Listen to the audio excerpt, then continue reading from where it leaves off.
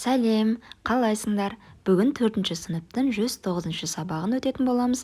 Алдымен каналға тіркеліп, лайк басып, комментария қалдырып және де қоңыраушаны басып кетуді ұмытпаңдар. Сонда жаңа сабақтар сендерге шығып тұратын болады. Бүгінгі тақырып ұшқыш болар баламын. Келесі шақты өтетін боламыз. Бүгін біз өлеңнің тақырыбы мен мазмұнының сәйкестігін анықтайтын боламыз және де етістікті келесі шақта қолдана алатын боламыз. 22-ші жаттығу өлеңді мәнерлеп оқы. Отан. Білімнен жұпар жинайын, еліме бақыт сыйлайын. Жүрекпен сүйіп отанды, жүрекпен мәңгі жырлайын. Отаным гүлге бөленсін, өзге елдермен теңелсін. Амандық болса ағайын, бәрін де бірге көрерсін. Нұрсұлтан Ғалымбекұлының өлең жолдары екен. Өлеңнің тақырыбы мен мазмұнының сәйкестігін анықта дейді. Етістіктерді тап, олар қашан болатын істі білдіріп тұрғанын айт дейді. Өлең жолдарына жалпы мән берсек, яғни отан жайлы айтылып жатыр, сондықтан өлең мазмұны мен тақырыбы бір-біріне сай, ал қосымша оған отанға махаббат, отанға тілек деген аттарда қойсақ болады. Ал етістіктерге келетін болсақ, бұл жерде жинайын, сыйлайын, жырлайын, бөленсін, теңелсін, көрерсін деген етістіктер бар. Бұларға сұрақ қоямыз. Бірінші, не істейін, не істесін, не істеймін деген сияқты сұрақтарға жауап беріп тұр. Бұл әрекеттің ендігі болатынын анықтап тұр. Яғни енді болайын деп жатқан іс-әрекетті білдіреді. Яғни бұл келер шақта тұр дегенді білдіреді. Бұл яғни отанға болашақтағы тілек айтып жатқаннан кейін болашақта болатын нәрселерді айтып жатыр. Түсінікті болса, келесі тапсырмаға көшеміз. Берілген сөздер мен сөйлемдер құрастырып жаз дейді.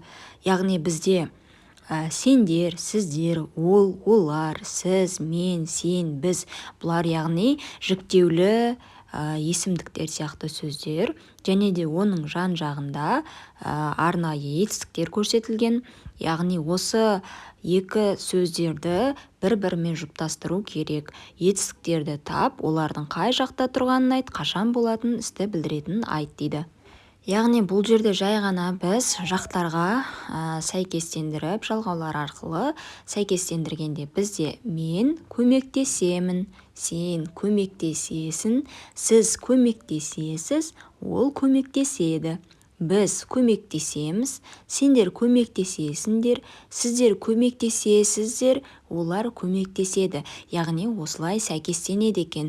Енді қарап тұрсаңдар, бірінші сөз жақшаның ішіндегі сөз, ал екінші қатарда етістіктер көрсетілген. Етістіктерді сәйкестендіру барысында соңғы жалғауларға мән береміз, яғни бір-бірлеріне бағынып тұр. Біз дегенге қарасақ, яғни екінші етістігі көмектесеміз деп бітеді. Мен дегенге мән берсек, көмектесемін деп бітеді. Сол сияқты сәйкестендіресіңдер. Ал бұл сөздер, енді сұрақ қоямыз. Көмектесемін, көмектесесің, не істеймін, не істейсің, не істейді деген сұрақтарға жауап беріп тұр. Яғни істердің енді болашақта болатынын көрсетіп тұр. Яғни келер шақта тұрған етістіктер. Ал етістіктердің қай жақта тұрғанын анықтау үшін, яғни мен, сен, сіз, ол алдындағы көмекші сөздер арқылы анықтай аламыз. Бірінші, екінші, үшінші жақта тұрғанын.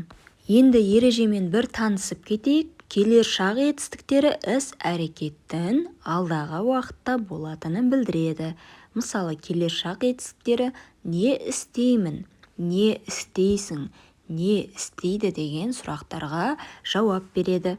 Яғни осы сұрақтарды қою арқылы бізге келер шақ етістіктерін табу өте оңайырақ болады. Енді 24-ші жаттығу өлеңге тиісті етістіктерді қою арқылы толықтырып жаз. Бізде арнайы болар, сүйемін, ерем, жүремін деген сөздер, етістіктер берілген. Бұл етістіктерді біз, яғни алдыңғы сөйлемдер арқылы, сөздер арқылы анықтайтын боламыз.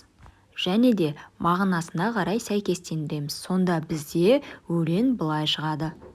Көкке ұшамын, ұшқыш болар баламын, сонына ерем Гагариндей ағаның, батыр болам, көк аспанды сүйемін, жұлдыздарға барып келіп жүремін.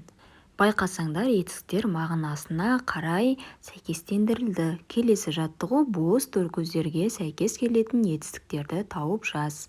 Бұл етістіктердің қай шақта, қай жақта тұрғанын дәлелде дейді. Енді қараймыз, бізде торкөзде 4 торкөз көрсетілген, яғни 4 әріптен тұратын сөз, буыны. Ал мын, міз деген жалғаулары арқылы біз түбірдің жіңішке және жуан болып жалғануын көреміз. Енді сай келетін етістіктер барамын, тұрамын, бұрамын, құрамын, көреміз, жүреміз, білеміз, кіреміз. Бұл етістіктер байқап тұрсаңдар, алдында жасырынып тұрған сөз бар, есімдік. Мысалы, мен барамын, мен тұрамын, мен бұрамын, мен құрамын. Біз көреміз, біз жүреміз, біз білеміз, біз кіреміз. Яғни бұл бірінші жақта жекеше және көпше түрдегі етістіктер. Етістіктерге сұрақ қоямыз. Не істеймін, не істейміз? Жаңағы қайталап кеткен ережедегі сұрақтар қайталанып жатыр, яғни бұл келесі жақта тұрған етістіктер. 26-шы жаттығу бағанның сол жағындағы сөздерді тиісті етістіктермен сәйкестендір. Бұл жерде де бірінші сөз бен екінші сөздің мағынасына қарай біріктіріп сәйкестендіреміз.